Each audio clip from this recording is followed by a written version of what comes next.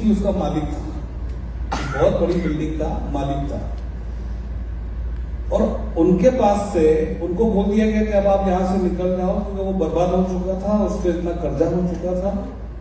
तो वो वहां से उतर रहा था, तो उनके सूट भी ले लिया गया, उनका वॉच भी ले ली गई, उनकी जो चेन थी वो भी ले ली गई। वो एकदम शर्ट पैंट के लिए वो निकल रहा था लिफ्ट से, तो उन्होंने कहा सॉरी आप इस लिफ्ट को भी यूज नहीं कर सकते, आपको ऐसे ही जाना पड़ेगा। बहुत पुरानी बात है। और वो जैसे रोड क्रॉस करके नीचे गया और रोड क्रॉस करके सामने एक बहुत बड़ी बेंच थी रोड की उस साइड, उस बेंच पे जाके बैठ गया। उस बेंच पे बैठा बैठा सोच रहा था कि थोड़ी देर पहले इस बिल्डिंग का मालिक था, और नीचे बेंच के बाजू में एक भिखारी सोया हुआ था। उसने बोला सर बन खाओगे? भैया दिमाग खराब कर रहा है, छोड़। वापिस उसने पूछा सर बन खाओगे? तो उसने कहा क्यों दिमाग खराब?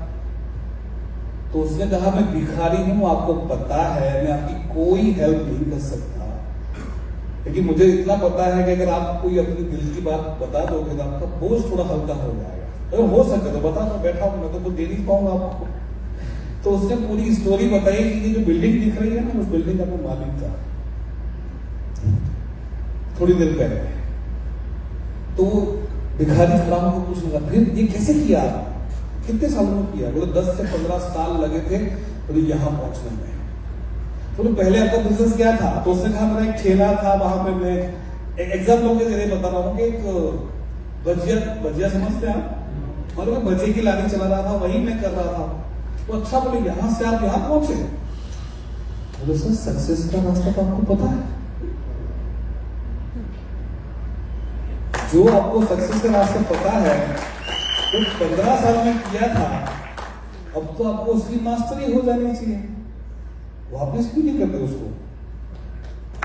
तो वो वहीं से दौड़ा, वहीं से भागा, लगभग 8 से 9 किलोमीटर वो पैदल चला उस कबाड़ी के पास जब 15 साल पहले उसने वो ठेला बेचा था।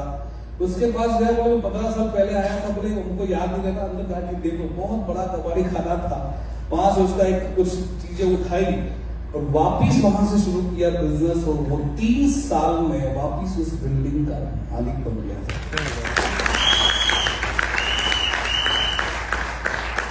क्या हमको नहीं पता है कि वापिस बिजनेस खड़ा करने के लिए हमें क्या करना चाहिए? क्या हमें ऐसी कोई, हाँ मुझे दिक्कत हुई, मुझे पर्सनली मैं आपको बताना चाहता हूँ भैया एक बात, मुझे पर्सनली ऐसा फील हुआ आपके साथ किसी ने चेक पूछ लिया तो डर रहता है आपको ये चीज का? सच बताओ, जो हाईएस्ट चेक था या आपका होगा उसका डर रहता है? जब मैंने मार्च अप्रैल से पता नहीं हैदराबाद के आने के बाद शुरू किया तो सबसे पहले डर ही आया, किसी ने बोला कि चेक दिखाओ तो क्या दिखाऊंगा मैं?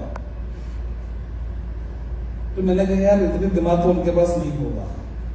मैंने किसी के गुलाब जी का भी चेक मैंने नहीं देखा था, भाई साहब को मैंने आज तक चेक नहीं देखा।